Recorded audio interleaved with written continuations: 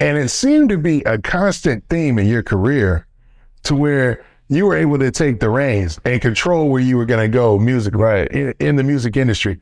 At a time when there was a lot of transition, there was some change from what was prior in Baton Rouge to when the camp and Youngboy, and you were able to learn that information and then use that when it came time for you to branch off to yourself, right? Yep, exactly. Cause like I say, we did our Lalo album independent. We started our own label, Me, Born and Happy. We started a label and did our own album called Simple and Plain Lalo. So that was like a learning process too. Like we learned how to, go get your pressed up and, get distribution and Well, tell the youngsters out there about that whole process. You already living there for them, but they don't understand how serious the process. Man, like when back then it was CDs, now just pull out their phone and listen. But back then you had to go to the record store, buy the CD, But people used to with CDs, like that was like, a prized possession of somebody. Like you had a CD book with all the raw in it, with the artwork, all that. That was underneath the cover. Right. It was a thing. It was a thing, bro. And I'm sad that this generation and future generations they'll never understand the release that everybody is waiting. Everybody going to get this. Standing in line, you get the artwork, people breaking it down, you see who's And somebody you talk about a lot, and you've mentioned several times already before,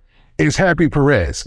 Now, for those of you, for those of you who are missing how big of a deal this is, and this is why I think you have one of the most amazing stories in Louisiana rap, probably even in rap, especially when you talk about independent and people who have been signed to a major and really had an effect on the culture. Right. And that's why I don't want this to get missed. Yeah. Happy Perez, he's doing like he works for like Post Malone, people like that. Now, Ariana, Grande. Yes.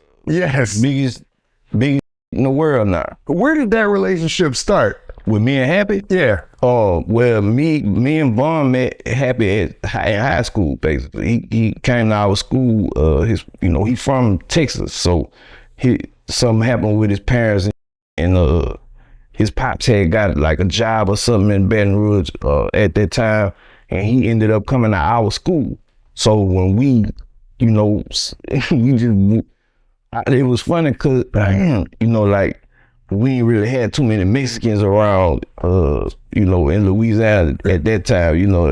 It was kind of like, so, but for me being in California, I used to have a lot of Mexican friends. Makes sense, man. Right. So when he came to our school, me and Vaughn, I was just like, man, let's go with the essay. I was calling him the essay.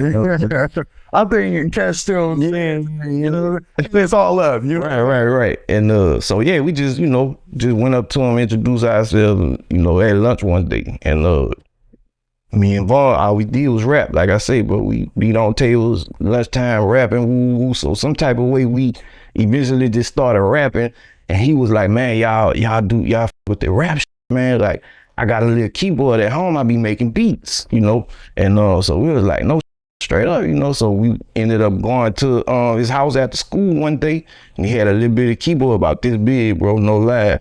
It was a Casio, like, from Radio Shack or something.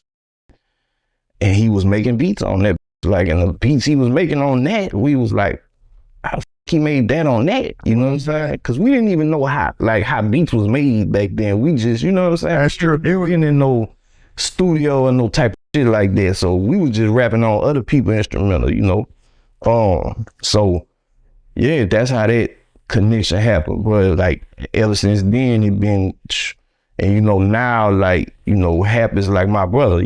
His children is my godchildren. My daughter is his goddaughter. That's how tight we is beyond music. Like, all that. A real relationship, right? It started in high school, essentially. High school, bro. Yeah. So you saw I know to them, looking at you develop as a rapper was something, right?